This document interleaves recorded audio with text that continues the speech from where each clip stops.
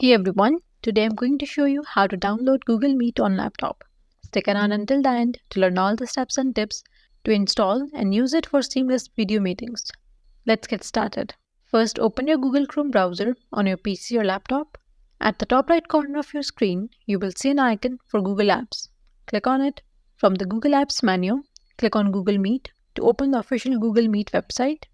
Look at the top right corner of your screen and you will find an icon with three vertical dots. Click on it.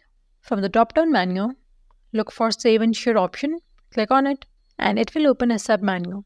In this sub-menu, look for Create Shortcut, and once you click on Create Shortcut, a small window will pop up asking you to create a shortcut. So click on Create, and now if you go to your desktop, you will see that a shortcut for Google Meet has been created, looking just like an app icon. And whenever you want to open Google Meet, simply double click the shortcut on your desktop, and there you have it. That's all for today's video. Leave a comment and let us know if this is helpful. Thanks for watching.